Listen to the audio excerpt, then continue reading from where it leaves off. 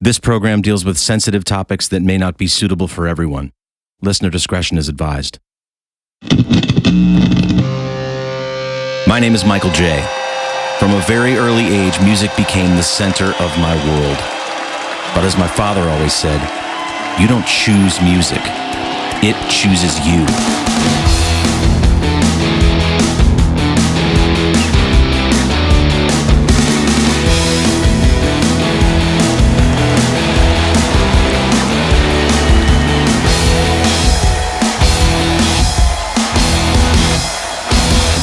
This is Rock and Roll War Stories. This podcast has been designed to be listened to like an audiobook, from beginning to end. The story isn't linear and will jump back and forth through time, but you'll be a whole lot less lost if you start at episode 1 and work your way forward from there. Also, if you've been enjoying this program so far, please do me a favor and subscribe and leave a short review if you're so inclined. It would help the show immensely. Thank you in advance.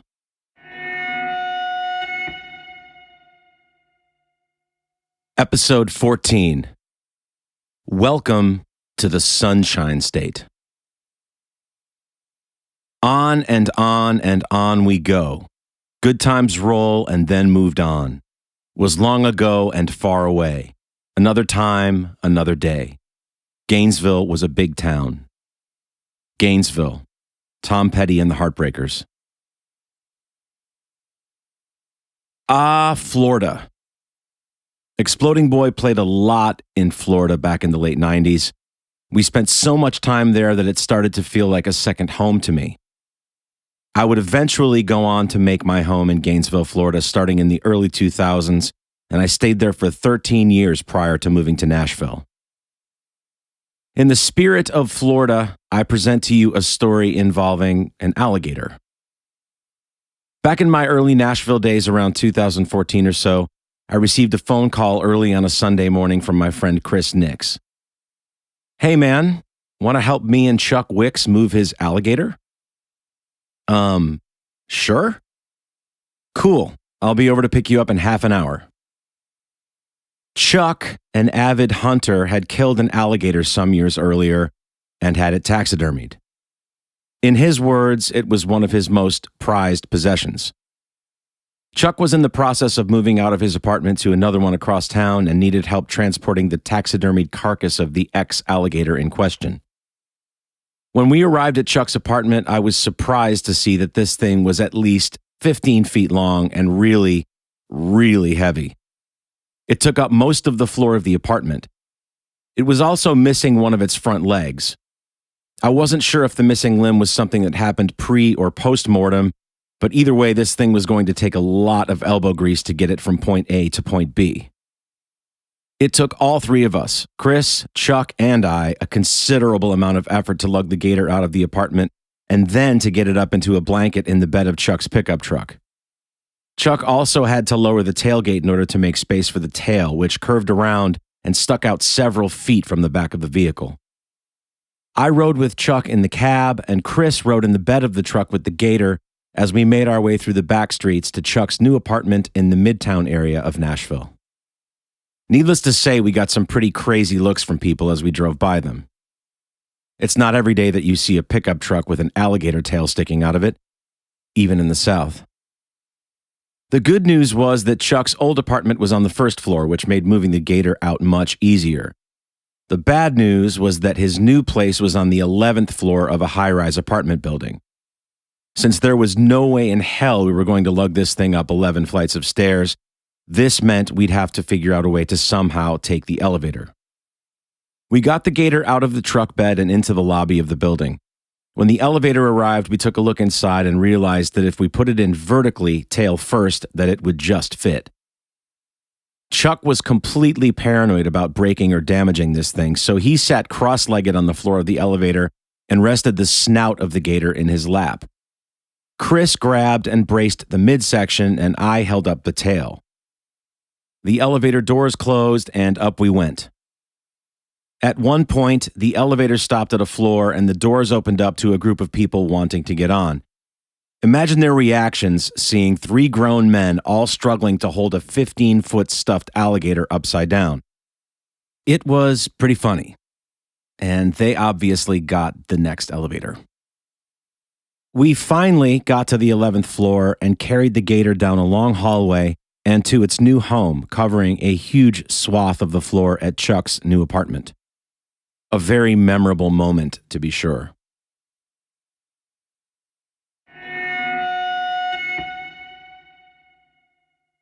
One, Key West.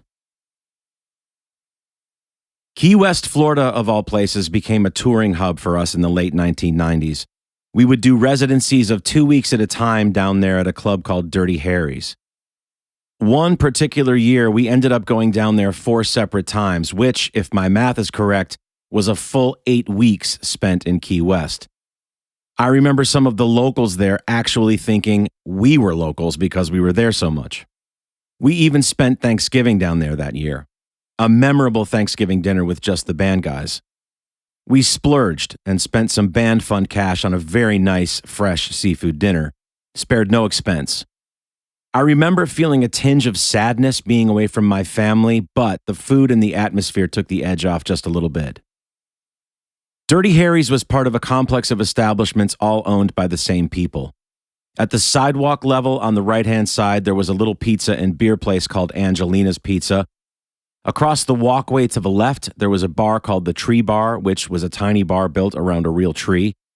And once you walked past those 2 places, off to the left was a strip club called the Red Garter.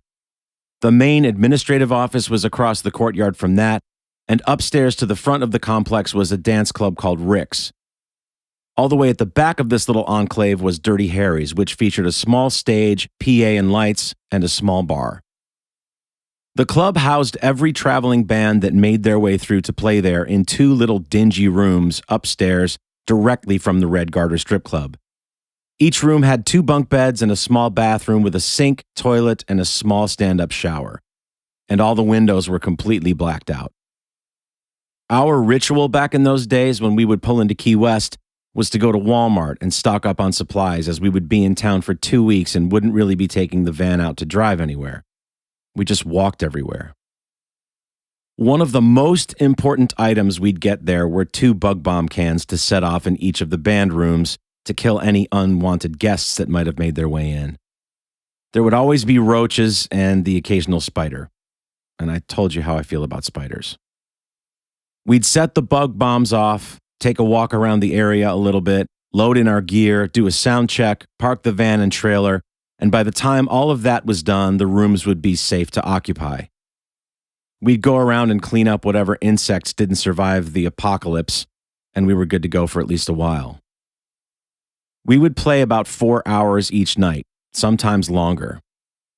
I could count on at least 3 good nights vocally until my higher range and my falsetto would pretty much disappear completely.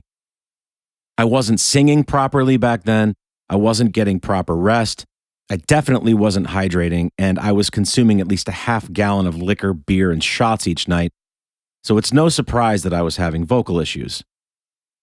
If I remember correctly, we would go on around 9 p.m. each night. We'd do an hour set and play 9 to 10, take a half-hour break, and then do our second set from 10:30 to 11:30, another half-hour break, then a midnight to 1 a.m. set, and then, depending on the crowd, we'd either shut it down early or we'd just keep playing till 2 a.m. It was absolutely brutal. After the set, we'd leave most of our large gear right on stage. We'd carry guitars, mics, and other small odds and ends up to the band rooms for overnight storage, and then make our way down the street and around the corner to a 24-hour restaurant cafe called the Green Iguana. One of the late-night managers, who was also a server there, was a guy named Lenny, who was originally from Philly. We became fast friends with him, and he'd always sneak us after-hours beers, as if we ever needed to drink more at that point. These would make their way to us in large styrofoam cups, so no one could tell what they were. And it was always Rolling Rock, because that's the only beer they had on tap, and it was also Lenny's favorite beer. He'd always ask us when we'd walk in, "Round of coffees, guys?" "Yeah, man. Extra large coffees." We would stay out until 4 a.m. or later on most nights. I recall a few times actually seeing the sun come up as we made our way back to the band rooms. We would sleep off our stupor well into the afternoon the next day. We'd wake up around 2 or 3, grab a slice or two of pizza at Angelina's at the front of the complex, which were only $1 each for us because we were technically employees, and we'd start our day.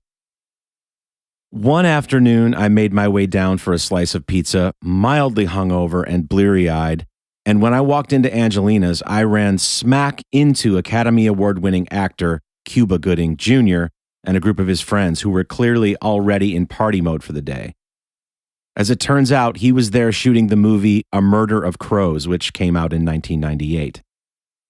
I'm not sure if this practice is still in place in Key West, but when we were there, we were informed that the locals had a sort of secret handshake at all the local establishments that served beer on tap.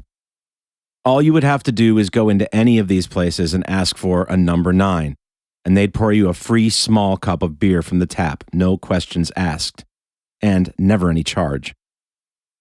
Cuba Gooding and his friends were all indulging in a round of number 9s when I walked in that afternoon. I was still just mildly drunk enough, and when I walked in and realized it was him, I exclaimed loudly, "Holy shit! Cuba Gooding Jr. I love you!" This got him and his whole group laughing, and he said, "Hey man, thanks! You want to do a number 9 with us?" "Why, yes. Yes, I would." So we all got a round of number 9s and drank them down quickly, which resulted in a loud party cheer of "Woo!" immediately afterward. I shook his hand and thanked him and went back up to the band room to recount this crazy story to the other guys. On another occasion during spring break time, the whole island would just go completely off, as you can imagine.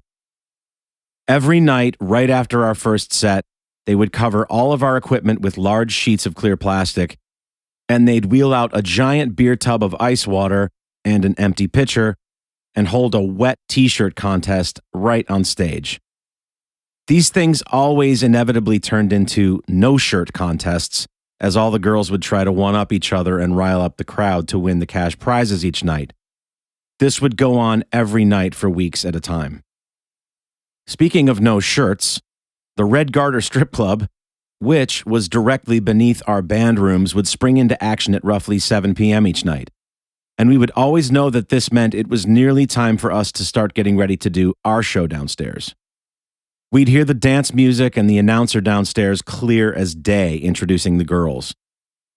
I've never really been a big strip club guy, thankfully, but I will confess, as a red-blooded male of barely 25 years old at the time, I definitely went into the place for a pre-show drink on more than one occasion back then and took in some of the scenery. We all did. We used to keep extra solo cups on stage behind each band member. Tons of people would buy us shots of Jägermeister back then. And I mean tons. If it ever got to a point where any of us felt like we couldn't take another shot, these solo cups were an escape hatch of sorts, so that we could either pretend to take the shot and then just pour it into the solo cup instead, or actually drink the shot and then spit it out into the solo cups. We also proudly traveled with our own beer funnel, which held 2 beers. It was mounted in the back of the van along with the lighting trusses and the fishing poles. Aside from bringing it on stage and funneling beer ourselves, we would also bring the odd audience member on stage to funnel a beer or two as well as part of our show. It was pandering at the highest level, but the crowd always loved it. My sister Julia and a friend of hers made it down during one of our spring break runs in Key West and stayed with us in the band rooms for a long weekend. She was witness to several of these crazy spring break party nights there. I'll never forget my conversation with her on the last morning of the weekend as we packed up our gear preparing to leave, and she and her friend also got ready to go home. She said, "So this is your life, huh, Mikey? Last night was crazy. I counted 10 shots apiece you each took before you started pouring them into the solo cups." "Yeah, I know. Just whatever you do, don't tell Mom."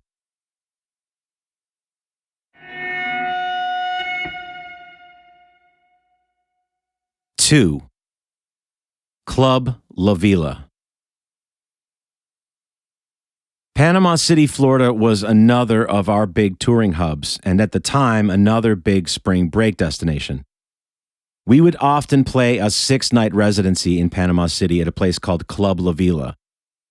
4 one-hour sets with 4 one-hour breaks in between each set for the DJ to spin dance music throughout the huge venue. There was no way to gain any kind of momentum set-wise. After 1 hour, we'd just be getting warmed up, only to lose it during the hour break, and then we'd struggle to warm up all over again. And this would go on all night long. The last set of each night was particularly grueling. Club La Vila's slogan, "Party with Thousands," was born in 1995 because the parties there soon became the biggest in the nation, with nightly attendance of several thousand people during the height of the season. La Vila boasted our favorite band house, second maybe only to the one in Jackson, Mississippi at a club called The Dock, which might have only been slightly nicer. And that's not saying a lot. Even though the band house in Panama City was just a shitty little duplex that wasn't exactly maintained well, it allowed each of the band members to have his own room, which was a small amount of rare privacy. And we all relished it. There was a TV with cable, which also made all the difference back then. Remember, this was way before cell phones. There was also a small kitchen, which meant we wouldn't have to always eat fast food or bar food. We were always hungry for any little way to make a place feel like home, however we could. I always traveled with 2 guitars back then, a main instrument and a backup just in case of string breakage or any other problem. Jim, as I recall, usually only brought 1 guitar. He rarely, if ever, broke strings. And the thinking was that if he did break a string, the band could always continue playing while he changed it out, or he could use my backup guitar. He also had enough other shit to worry about running sound for us from on stage every night. My guitars always came with me everywhere. If something else got stolen, most of it was easily replaceable with something of greater or equal value. Guitars, however, are much more personal items and are not as easily replaced. Each one is different, and each has its own personality. My way of thinking was that if someone wanted to try and steal my guitars, they'd have to kill me first. I slept with them in whatever room I was in, always. Jim wasn't always as careful, and I'm not sure why. He was a single guy at the time and was much more interested in finding women to talk to after the show. And none of us blamed him.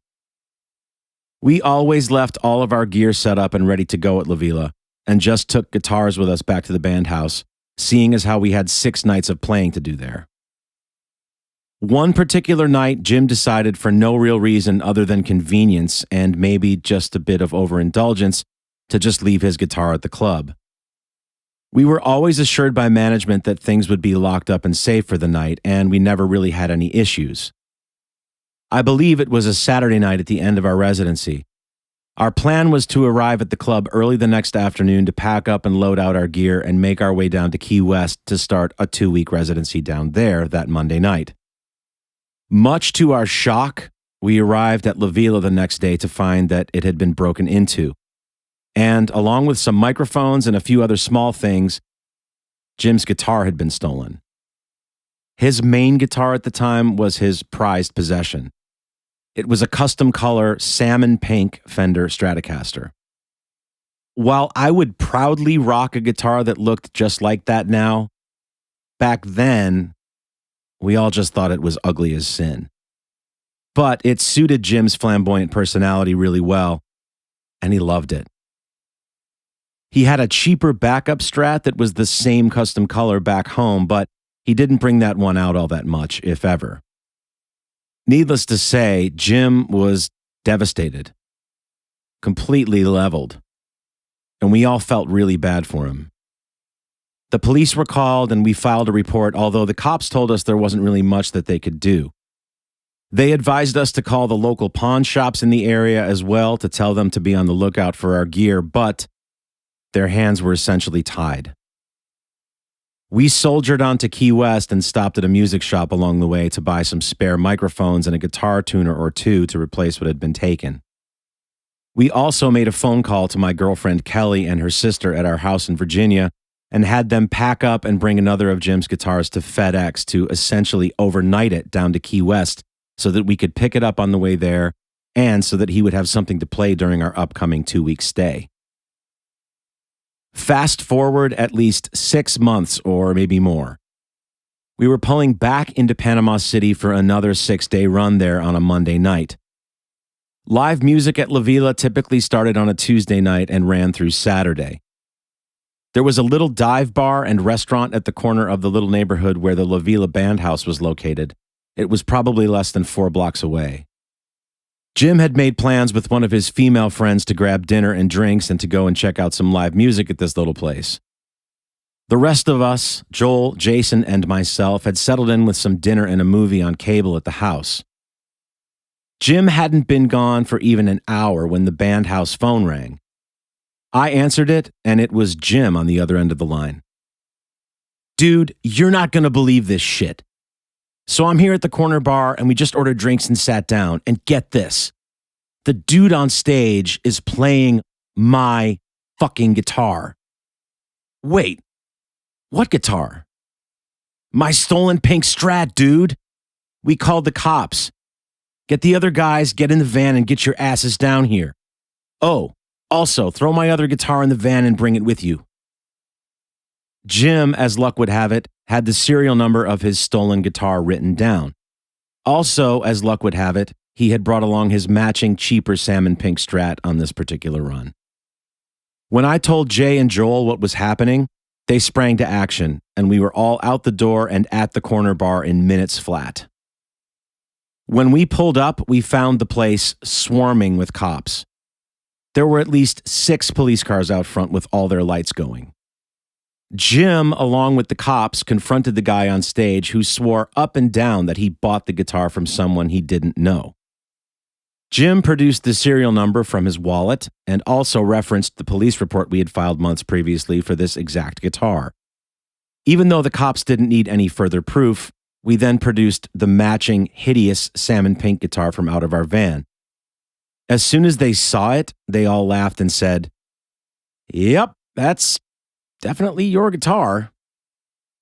I'm not sure what happened to the unlucky guy playing music that night or whether charges were pressed or not, but he gladly surrendered the instrument over to Jim without incident, and we were all thankful, happy, and really relieved that he got his baby back. What are the odds against that happening? Astronomical, I'm guessing. We all had a celebratory drink immediately afterwards at the bar. None of our other stolen gear was ever recovered. In 2018, Hurricane Michael, of all names, caused Club La Villa to close indefinitely. As of 2022, it remained closed with no announced reopen date. Rumors started to circulate on social media claiming that the club would not be reopening and that it was planned to be demolished.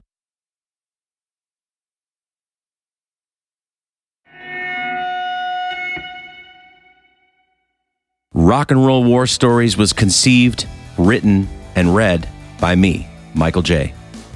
Follow me on Instagram and TikTok at Mr. Michael J, MisterMichaelJ.